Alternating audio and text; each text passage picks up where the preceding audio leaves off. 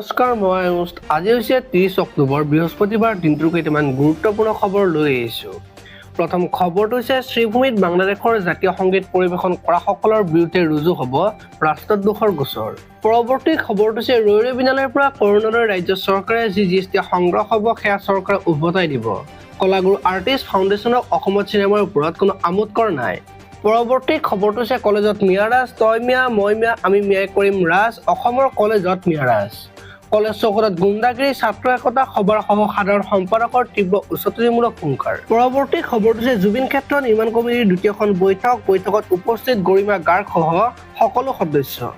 প্ৰথমে ভূমিখিনি ঠিক কৰি ল'ব লাগিব। গৰিমা শইকীয়া গাৰ্গ এই পৰ্যন্ত ভূমি কিমান আমি গম পোৱা নাই।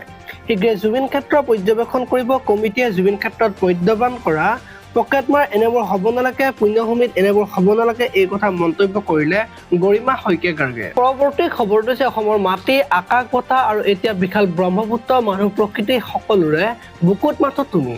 অস্থি বিসৰ্জনৰ পিছত গৰিমা শইকীয়া গাৰ্গৰ ফেচবুক পোষ্ট। পৰৱৰ্তী খবৰটো হৈছে তৰুণ গগৈৰ দিনত যিবোৰ কাম হৈছিল আজি হোৱা নাই। পৰৱৰ্তী দিনত কংগ্ৰেছৰ চৰকাৰ হ'লে প্ৰয়াত তৰুণ গগৈ আদৰ্শৰে আমি কাম কৰিম, এই কথা মন্তব্য কৰিলে গৌৰৱ গগৈয়ে।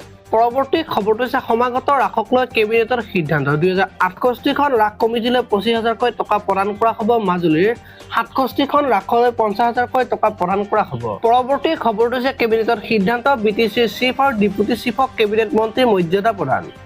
BTCৰ কাৰ্যবাহী সদস্যসকলে BTR ভিতৰত ৰাজ্যিক মন্ত্ৰীৰ মৰ্যাদা পাব। পৰৱৰ্তী খবৰটো হৈছে কেবিনেটৰ সিদ্ধান্ত, অসমত বানপানী প্ৰতিৰোধ কৰাৰ বাবে 2,205 কোটি টকা ব্যয় কৰিব ৰাজ্য চৰকাৰে। পৰৱৰ্তী খবৰটো হৈছে সংকটজনক অৱস্থাত ICUৰ ভেণ্টিলেটৰত চিকিৎসাধীন বাকীবাদক দীপক শৰ্মা। আশু আৰোগ্য কামনা কৰি পত্নীৰ ফেচবুক পোষ্ট। পৰৱৰ্তী খবৰটো হৈছে মই মৰিলে ব্ৰহ্মপুত্ৰত উটুৱাই দিব ইচ্ছা পূৰণ হ'ল ঈশ্বৰৰ পুত্ৰ গৰিমা গাৰ্গে নিজ হাতে লুইতৰ বুকুত অৰ্পণ কৰিলে চিতাভস্ম। পৰৱৰ্তী খবৰটো হৈছে অসমৰ গাঁও অঞ্চলত 50 বিঘালৈ মাটি দিয়া হ'ব। মৰাণ মটকলৈ গ্ৰামাঞ্চলত 50 বিঘা মাটিৰ পট্টা প্ৰদানত অনুমোদন। বসুন্ধৰা আঁচনিৰ অধীনত দিয়া হ'ব মাটিৰ পট্টা, এই কথা মন্তব্য কৰিলে মুখ্যমন্ত্ৰী ডক্টৰ হিমন্ত বিশ্ব শৰ্মাই। পৰৱৰ্তী খবৰটো হৈছে মহিলা ক্ৰিকেট বিশ্বকাপৰ ফাইনেলত দক্ষিণ আফ্ৰিকা বৰ্ষাপাৰাৰ মেচত 125 ৰানত জয়ী। পৰৱৰ্তী খবৰটো হৈছে ৰাজ্যৰ চৰকাৰী কৰ্মচাৰীলৈ সুখবৰ। ৰাজ্যিক চৰকাৰী কৰ্মচাৰীলৈ চিকিৎসাত কেছলেছৰ সুবিধা। আয়ুষ্মান মুখ্যমন্ত্ৰী লোকসেৱক আৰোগ্য যোজনাৰে লাভ কৰিব এই সুবিধা। পৰৱৰ্তী খবৰটো হৈছে পৰ্যটন বিভাগৰ বক্ৰপথৰে চাকৰি লোৱা 4 অভিযুক্তৰ জামিন নাকচ। গুৱাহাটী উচ্চ ন্যায়ালয়ে নাকচ কৰে অন্তৱৰ্তীকালীন জামিন। পৰৱৰ্তী খবৰটো হৈছে 10 ছেপ্টেম্বৰ গ'ল বুলি গৌৰৱ গগৈয়ে ফূৰ্তি কৰিব নালাগে। তেওঁ নিজকে বৰ স্মাৰ্ট বুলি ভাবে। জুবিন গাৰ্গক লৈ ৰাইজ আৱেগিক হৈ আছে, তেওঁ হাৰি যাম বুলি ভাবিছে। গৌৰৱ গগৈ পাকিস্তান লিংক সন্দৰ্ভত মুখ্যমন্ত্ৰীৰ মন্তব্য। আজিলৈ মানে আপোনালোকে যদি ভিডিঅ'টো চাই ভাল পালে তেতিয়াহ'লে লাইক কৰিব আৰু এনেকুৱা ধৰণৰ খবৰবোৰ সদায় পাই থাকিবলৈ চেনেলটো ছাবস্ক্ৰাইব কৰি বেল আইকনটো প্ৰেছ কৰি দিব। ধন্যবাদ।